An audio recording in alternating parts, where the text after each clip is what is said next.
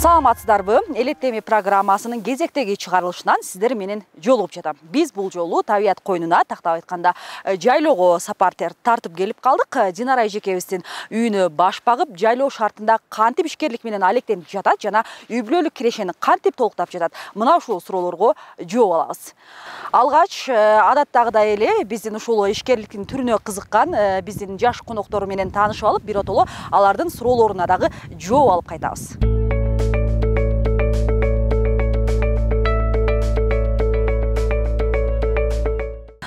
Мынакей биз кезектеги программабызга конок болчу жаштар менен дагы жолугуп алдым. Алгач сиздер менен таанышып алайын. Атың ким болот? Менин атым Айнагүл. Мен Кыргыз улуттук университетинин 3-курсунун студентимин. Азыркы убакта аралыктан окуу сабагы менен алектенип, үйдө ата-энемдин жанында. Рахмат. Ал эми сен менен таанышып алалы. Атың ким болот? Саламатсыздарбы? Менин атым Кутман. Азыркы учурда 17 жаштамын. Чоң Лай районуна караштуу Жашлык айылында жашап жатам. Рахмат. Сиздер менен дагы таанышып алдым. Сиздер бүгүн конок болуп жатасыздар. Анан мисалы сиздерди бүгүн эмне суроолор кызыктырат, кандай суроолорго жооп алгыңыздар келет? Алгач биз Айнагүлдөн баштайбыз. Негизинен мен кол өнөрчүлүккө аябай кызыгам. Бүгүн дал ушул сиздер менен өзүм кызыккан суроолорума жооп издеп, жайлоо шартында кандай кол өнөрчүлүктөрдү кылса болот, ошол нерселерди кандай жасайт, ошолорго жооп издеп келдим. Ал эми Кутман, сен бүгүнкү программабызда кандай суроолорго жооп алгың келет? Жайлоо шартында кандай ишмердүүлүктүн түрлөрүн жүргүзгүң келет?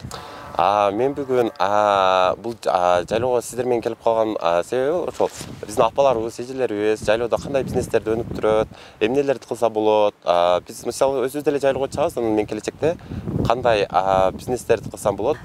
Абдан жакшы экен. Анда биз Айнагүл жана Кутман менен Динара эжекебиздин жанына бара берели. Динара Ахматалиева. Чоң Лай районунун тургуну, 35 жашта. Кол өнөрчүлүк менен алектенет. Таар согуп, өлкө аймагына жана чет мамлекеттерге саттыкка чыгарат. Жайлоо шартында улуттук тамактардын жасалышы боюнча туристтерге мастер-класс көрсөтүп берет. Жолдошу экөө 6 баланын ата-энеси.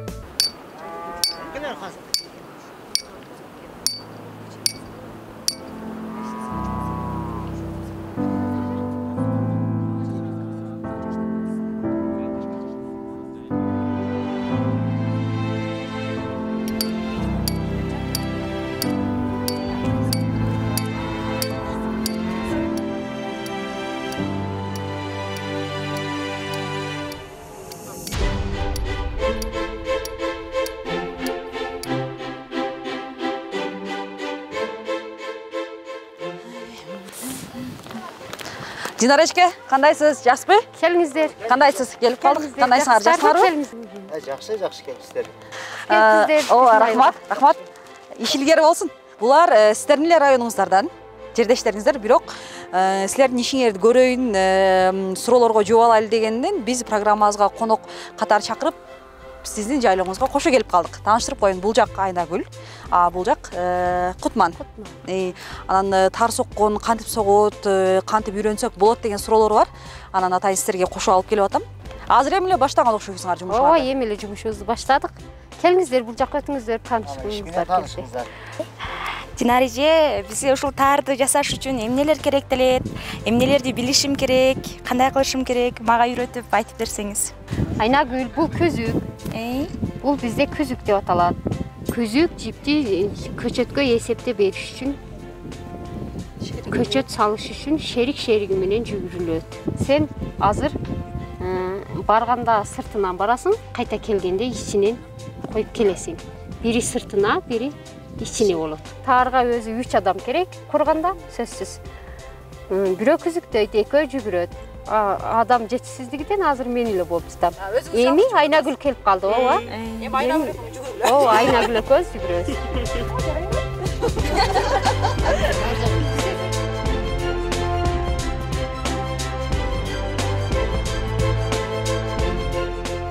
Кел Кутман, сен дагы. Көрчү. Саламатсызбы? Азыр Айнагүл муну жүгүрүп атканда мен бул иштин абдан майда эмгек талап кылгандыгын көрдүм.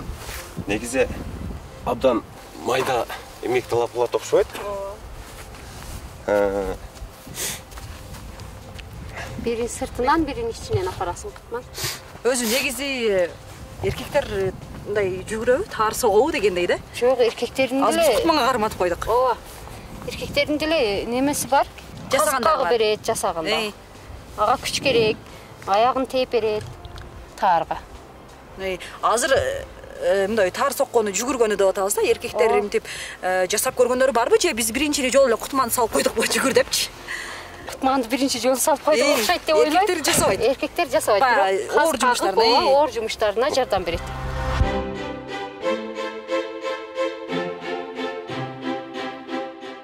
Бир күн кечке жүгүрбөйсүңөрбү? Канча таптасыңар буну? Чоң таар болгондо ошондой болот. Жок. Чоң таар болгондо ошондой болуп калышы мүмкүн. Канча? 2 саат, 3 саатта бүтөт чоң таар кургандачы. А бул эми азыр мындай таардын чекесин эле бизде чет деп аталат, ошо четти эле куруп атабыз да. Мына ошол күзүк жипти эсептеп дагы, жипти ачып дагы, жаап дагы, көчөттү салып берген дагы ушул күзүк болот. Ушул эле билсе болот экен да. А сиз канча жүгүрдүңүз? Азыр 7 жип жүгүрдүк. 7. Жок, 7ден көп болуп турбайбы? Жок, биздин Бул чекесинде суулары бар. Көчөттү эле 7 жип деп эсептейбиз.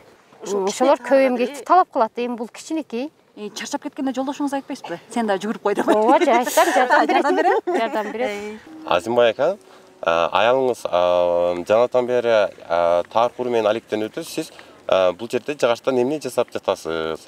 Бул да таарга керектелүүчү жабдыкпы, кандай? Ушул жөнүндө түшүндүрүп берсеңиз. Ооба, түшүндүрүп берейин.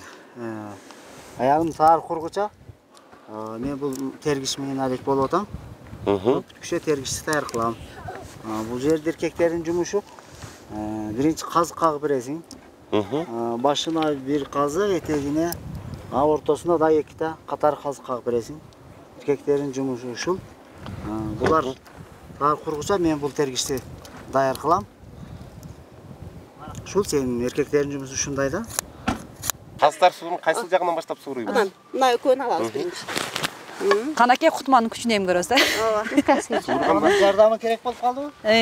Кең, сиз дагы бул жагынан аласызбы? Же өзү алып береби? Байладың байна. Бул жагын мен ооба. Казык суурганда чыгып кетпейби? Жок, биз булар тап койгон. Чыкпайт. Алып берби. Кадимки эле жыгач, баардыгы эле түрү боло берет.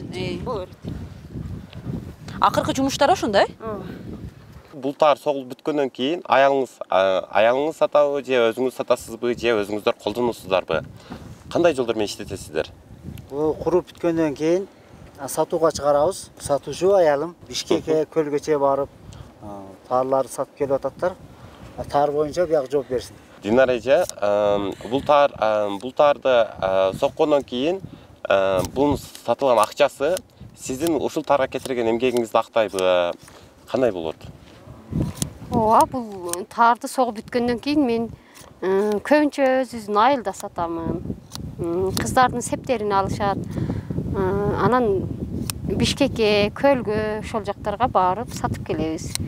Мен бул таарда Алай ишкер айымдарынын, Чоң Алай филиалынын мүчөсү болуп иштейм да.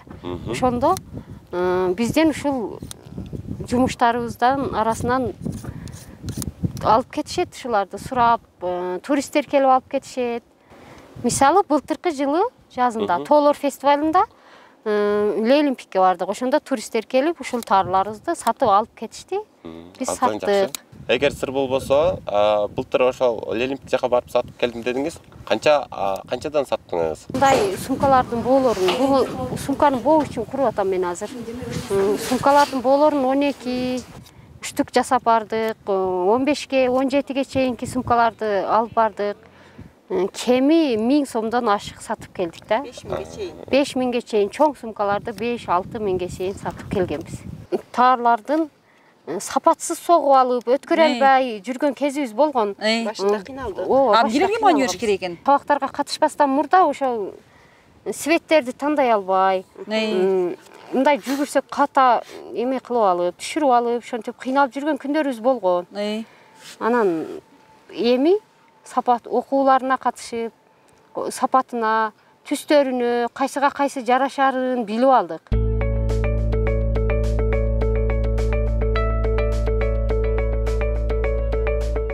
Туризм тармагын азыр жогорку деңгээлге чыгып кетип атат. Туризм менен кол өнөрчүлүк бул эриш аркак деп айта алабыз да. Биз бул багытта ушу салттуу билимдерибизди эле колдонуп көп нерсе жасасак, анан аны биз мындай дүйнөлүк брендке ылайыкташтырып, биз ошол эле өзүбүзгө келген эле туристтерге сатып, ошонун пайда тапсак болот да. Ошол эле килемди алалы, таарды алалы, акыркы жылдары биз ушундай иштеп атабыз. Аларды мурда биз көлөмүн чоң жасачубуз. Азыр ошону кичинекей кылып, баягы самолетко салса дагы көтөрүп кете турган сувенирлерди, панолорду ылайыктуу гана буюмдар жасаганга өтүп атабыз да.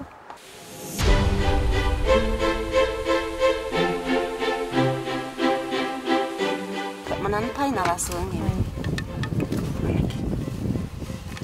Пай менен 2ден бери. Ооба, 2ден бир. Практика жүзүндө сабак болуп атат биздин кызга.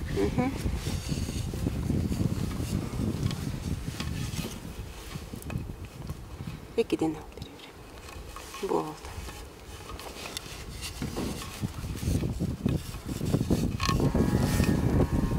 Көбүнчө эле өзүңөрдүн районуңарда. Ооба. Баягы кыз узатуу тойлорго, Ооба, бизге Бишкектен жибек эже заказ алат, ошолорду биз аткарып неме кылабыз. Эгер сиз чоң таар алам деген болсоңуз 30-40 миңге чейин. Эң кымбаты 40 миңге чейин. Орточо баасычы? Орточо баасы, орточо таар алам десеңиз 20 миң. 20-30 миңге алабыз. Мисалы 20 миңдегине сиз канча күн иштеген болосуз? Канча күн мээнетиңиз кетет? Bir ай иштеген. 3 адамдын. 3 адам мээнет ошо 1 ай. Жок, биринчи жипти ийребиз, жүндү жуабыз, ийребиз, ошондой эмгектер талап кылат. Каарманыбыздын ишмердүүлүгүнүн негизинде таар согуу үчүн зарыл болгон каражаттарды тизмектедик. Кадимки темир казыктар, жыгачтан жасалган кылыч, тергич, такта жана жип иригич машина керек болот. Машинанын баасы 7000 сом. Ал эми калган кылыч, такталарды үй шартында өз колуңуз менен жасап алууга болот. Эскерте кетсек, жип иригич машинаны ишмердүүлүктү баштоо алдында гана сатып аласыз. Көпкө кызмат кылат. Ал эми жүн, боек сыяктуу буюмдарды ар бир таар соккондо сатып алып турасыз. Маселен, 20 метр узундуктагы таар согуу үчүн 10 килограмм жүн керек. Ар бир килограммын 500 сомдон сатып алсаңыз болот. Жүн ирилген соң ар түрдүү түскө боелот. Болжол менен 20 метр таарды даярдоо үчүн 3000 сомдук боек сатып алганыңыз жетиштүү. Ошондо кол эмгегин жана жип иригич машинаны эсепке албаганда, жүн, боекторду сатып алуу үчүн сизден 8000 сом керектелет. Динарже, мен ушул ишти баштаганга алгач мага эмнелер керек болот? Кайсыл жактарга сатсам болот? Канча мезгилде үйрөнө алам? Сен буну үйрөнүш үчүн үйрөнүп алдың окшойт деп ойлойм баятан бери. Анан буну сен сата аласың, сен биринчи эмгек кылышың керек, эмгек. Ооба, сапаты менен жасап бүткөндөн кийин сатуу жолдорун табасың, тез эле таап аласың. Интернеттерден. Ооба. Канча жылдан бери ушул тармак менен иштеп жатасыз? Мен 3 жыл болуп калды. 3 жылдан бери ушул тармак менен иштейм. Мурда жөн эле үйдө отурчумун.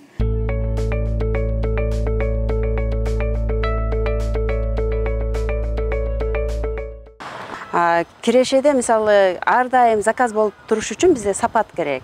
Сапатыбыз жакшы болсо бизге мисалы келиндер бар, айына 10 миңден согуп беришет. Бир таарды алар орто эсеп менен эле бүтүп коюшат. Ошондо үзгүлтүксүз ууланып турат.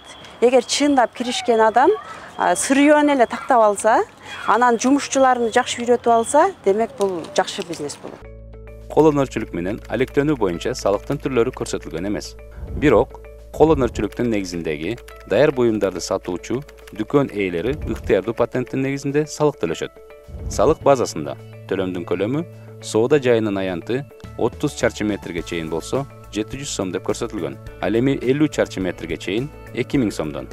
Бул сумма аймактарга карап өзгөрүүнү эскертебиз. Камсыздандыруу төлөмү дагы аймактарга жараша бекитилет. Маселен, райондордо 574 сомдон башталат. Камырым бар эле, отун жарып бериңиздерчи. Бул анда кутман экөөбүз отун жарып. Наныңызды жаап. Уркия, сен Макул. сого турчу.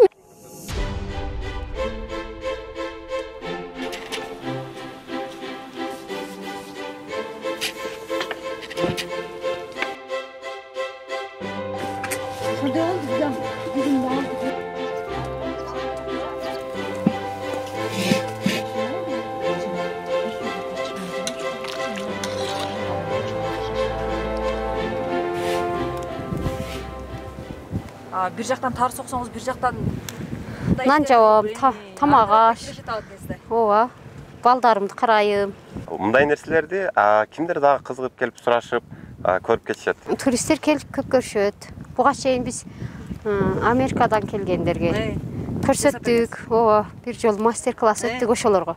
Аябай кызыктуу болду. Таң калышып, бизди кучакташып. Олар үчүн башкача экен да. Ошондо сиз мастер-класстар көрсөтүп бересиз. Нан жабыш жагынан дагы? Ооба, нан жабышты дагы мастер-класс кылып көрсөтүп берем. Чабаты, каттама, булар бисмилла, жайлоодун тамактарында. Баштадыңыз, Баштадык.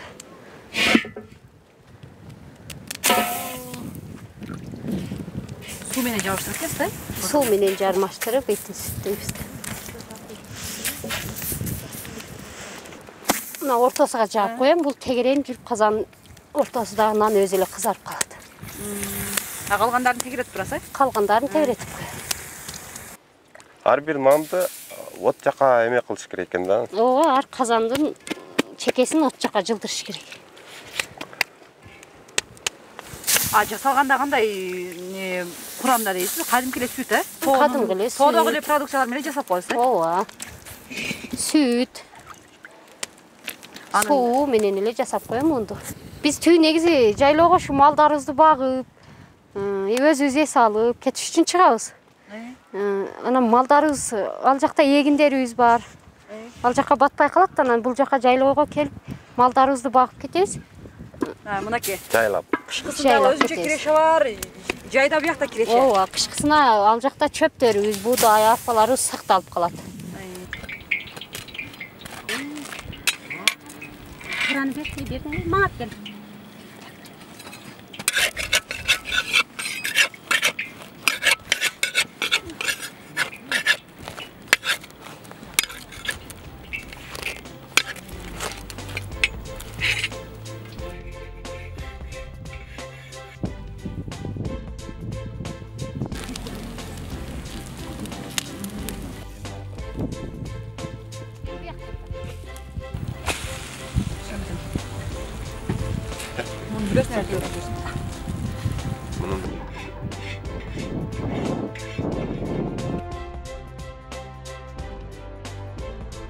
Динара эже, азыр сизге рахмат. Жана ишмердүүлүгүңүз менен тааныштык, таарды кантип токуйду аз да болсо үйрөнүп алдык. Жаштар дагы үйрөнү деген ойдобуз. Анан эми бизди кызыктырганы үй бүлөлүк сырлар болуп атат. Ачык сүйлөйбүз, ачык маектешебиз. Ошол үйлөнгөнүбүзгө 15 жыл болду. 6 бала тарбиялап кылып атабыз. 2 уул 4 кызым бар. Кичинеси мана бул Исхак деген бала. Чоң кызым 8-де окуп атат. Андан кийинки уулум 6-да окуйт. Андан кийин бул кызым 4-те окуйт. Назира деген кызым 2-де окуйт. Рыспи деген кызым быйыл 6 жашта. Кудай кааласа бу эле ойго барат.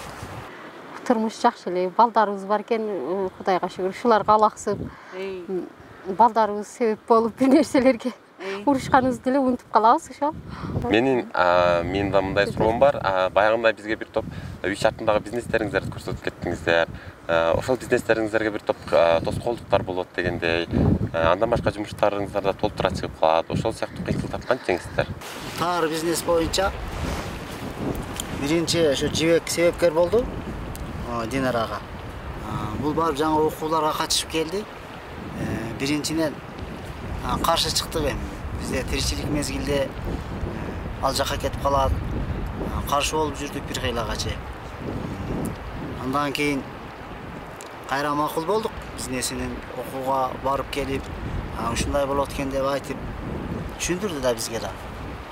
Андан макул болуп, андай болсо жардам берели деп таар боюнча жаңыдай казыктарыны устага жасатып келип, жаңыдай кагып, ушундай жардам кылганбыз. Ошол боюнча эле ошо бизнеси ушул бойдон келе жатат. Таарга окууга чакырганда, семинарларга чакырганда, эс алууларга чакырганда сурасам жөнөтпөйт, ошо жөнөтпөйт, барбайсың, жок эле гап, эми эмне кыласың ону, сага үйдө отур, онун көрүп, балдарыңды кара, тиричилигиңди кыл дегендер болот да. Экөөбүздүн уруш талашыбыз эле ошондон болуп кетсе билбейм, анан үйдө урушпайбыз. көп себептер менен иш сапарларга, окууларга кантип кетип ооба көп себептер менен айтып түшүндүргөндөн анан жөнөтө баштаган. Айсынбай эке ар тараптан сизди колдоп, жумушуңузга көмөктөшөт экен. Айтсаңыз, балдарды караганда дагы жардамдашабы, тамак жасай алабы деген сыяктуу. Өзү жооп берсиң. Иш кылып жатканыңызда. Жаңдай окууларга кеткенде балдарга өзүм тамак кылып берем. Балдарды өзүм карайм. Кызым жардам берет. Кызым чоңоюп калган, 8-класста окуйт. Кызым жардам берет. Бир жума, 3 күн, 4 күнгө окуу жайга кетет. Ошондо өзүм жардам берип турам. Анан акыркы суроону берейин да. Ошондо жумушуңардын негизги кайсы бөлүгү? Таар согуу болуп жатабы же кандай? Же дагы башка жумуш менен алектенген дагы жетишесиңерби? Негизи үй бүлөлүк киреши каяктан толуктап атат дагы? Балдарыңарга кенен убакыт бөлүп караганы шартыңар барбы? Мал жандыгыбыз бар, жайлоого чыгабыз. Ошолор менен алекпиз. Өзүбүздүн эле үй шартындагы эле жумушка кичине кошо коюп эле жумуш кылабыз, иштейбиз ошол. Буга убакыт деле кетпейт. Өзүбүздүн эле тиричилик дагы өтөт. Бул жашоо, бул ишти деле алып кете беребиз. Балдарыбызга деле көңүл болобуз. Балдар сабакка барат. Сабактарына жардам беребиз. Баардык нерсеге жетишкенге аракет кылабыз. Сиздерге рахмат. Ыраазычылык билдиребиз. Анан буюрса батырында болуңуз дегендей, азыр 6 баланы тарбиялап жатыпсыздар. Анан үй бүлөңүздөргө ынтымак, таар согуудан сырткары дагы көптөгөн баг ишкерликтин түрүн колго аласыңар деген ишеничтемин. Сиздерге ыраазычылык билдиребиз.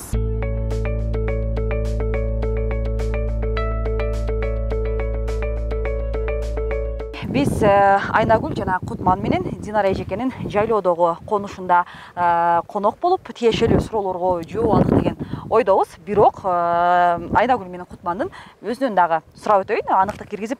Айнагүл, айтсаң, бүгүнкү сапарыбыз жактыбы? Сен суроолоруңа жооп алдыңбы? Жайлоо шартында дагы кол өнөрчүлүк менен алектенсе болот бекен? Ооба, бүгүн мен өзүм кызыккан көптөгөн суроолорума жооп таба алдым жана ошону менен бирге эле кол өнөрчүлүккө болгон кызыгуум мындан да артты. Ушул жайлоодо эле дагы көптөгөн бизнестерди жасап, кол өнөрчүлүктү өнүктүрсө болоруна көзүм жетти. Ал эми Кутман, сен эмне дейсиң? Жайлоо шартында ишкерликти өнүктүрүп, киреше тапканы көзүң жеттиби? Кандай суроолоруңа жооп алдыңбы? Рахмат. Бүгүн биз үчүн, Айнагүл көз үчүн абдан сонун бизнес сабак болду деп ойлоймун. Мен бизнес деген түшүнүк, биздин түшүнүгүбүздө шаарга барып эле чоң фирма ачып, ошондон бизнес баштасак деген гана түшүнүк болчу эле. Көрсө бизнести айылда деле үй шартында жасаса болот экен. Өзүм да жайлоого ата-энем менен көп чыгам, анан ушундай нерселердин ушуга чейин оюма келген эместигин бүгүн эметтим. Анан болот экен, абдан сонун болот экен. Ушундай үй шартында майда бизнестерди жасасак абдан сонун болот экен. Шаарбы, регионбу, айылбы айырмасы жок, жасасак болот экен. Рахмат. Жалпысынан экөөңүздөргө ыраазычылык билдирем. Ишкерликке болгон пландарыңыздар ишке ашсын деген тилектешмин. Ал эми урматтуу жаш достор, сиздер дагы Айнагүл жана Кутман сыяктуу биздин программага конок болууну кааласаңыздар, анда бизге комментарий жазыңыздар. Тактап айтканда, ишкерликтин кайсыл түрүнө жана эмне себептен кызыгасыз, телефон номеруңуз менен кошо жазсаңыз, биз сиздер менен байланышып, конок катары чакырууга даярбыз. Ошондой эле биздин сонун белектери бар экендигин эске салабыз жана мен сиздер менен кийинки программанын чыгарылышына чейин коштошом.